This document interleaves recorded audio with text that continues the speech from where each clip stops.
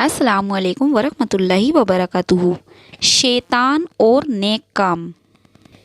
एक रोज़ हुज़ूर सल्लल्लाहु अलैहि वसल्लम मस्जिद से बाहर तशरीफ़ लाए तो आप सल्लल्लाहु अलैहि वसल्लम ने देखा कि शैतान दरवाज़े पर खड़ा है।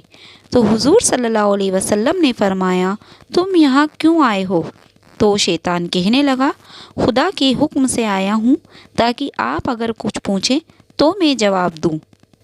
तो हुज़ूर सल्लल्लाहु अलैहि वसल्लम ने फरमाया, अच्छा ये बताओ कि तुम मेरी उम्मत को नमाज और ज़कात से क्यों रोकते हो? तो शैतान ने जवाब दिया, मोहम्मद आपकी उम्मत जब नमाज पढ़ने को निकलती है तो मुझे सख्त बुखार हो जाता है, और जब ये नमाज से फारिग नहीं हो जाती मैं बुखार में ही मुब्तला रहता हूँ। तो हुज़ूर सल्लल्लाहु अलैहि वसल्लम ने पूछा, अब यह बताओ कि तुम मेरी उम्मत को कुरान पढ़ने से क्यों रोकते हो? तो शैतान ने जवाब दिया, या मोहम्मद जब वह कुरान पढ़ते हैं तो मैं सिक्के की तरह पिघलने लगता हूँ। हुज़ूर सल्लल्लाहु अलैहि वसल्लम ने फिर दरियाफ्त फरमाया कि तुम मेरी उम्मत को जिहाद से क्यों रोकते हो?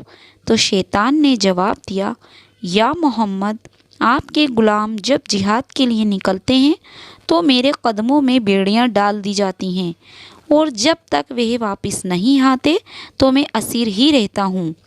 हुज़ूर सल्लल्लाहु अलैहि वसल्लम ने फिर पूछा, अच्छा यह बताओ कि तुम मेरी उम्मत को सदका व खैरात करने से क्यों रोकते हो?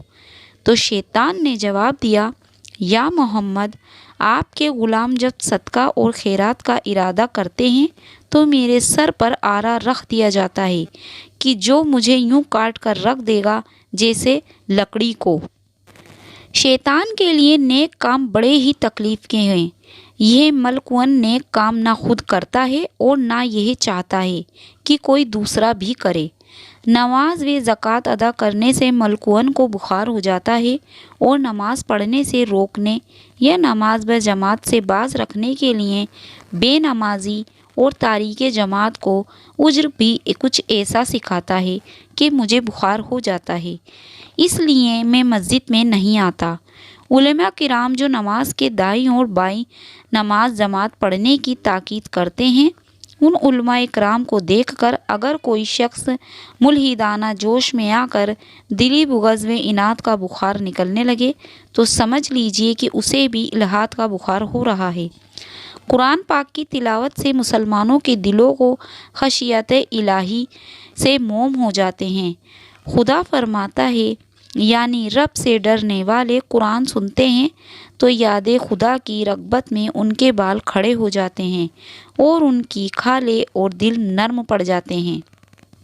मगर शैतान जिस वक्त कुरान सुनता है तो जिस तरह सिक्का आग में पिघलता है, इसी तरह ये अदावत व जलन की आग से पिघलने लगता है।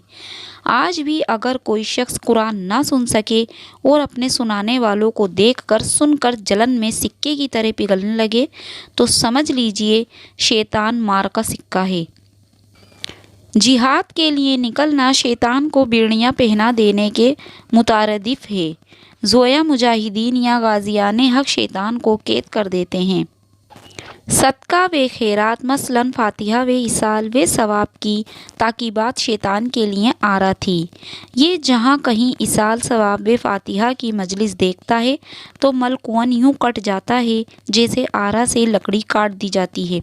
लिहाजा इस मलकुन को आरा के नीचे ले आना चाहिए।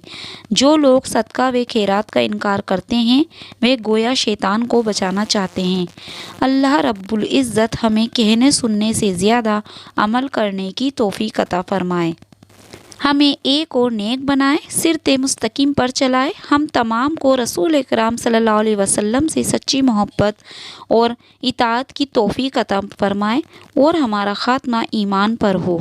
आमीन सुम्मा आमीन। और इस बयान को अपने दोस्तों और जानने वालों को शेयर ज़रूर करें ताकि दूसरों को भी आपकी ज़ात व माल से फ़ायदा हो और ये आपके लिए सदका जारिया भी हो जाए। क्या पता अल्लाह ताला को हमारी ये अदा पसंद आ जाए और जन्नत में जाने वालों में शुमार कर दे। अल्लाह ताला हमें इल्म सीखने और दूसरों तक पहुँचाने के लिए तौफीक अता फ़रमाए। आमीन सुम्मा आमीन।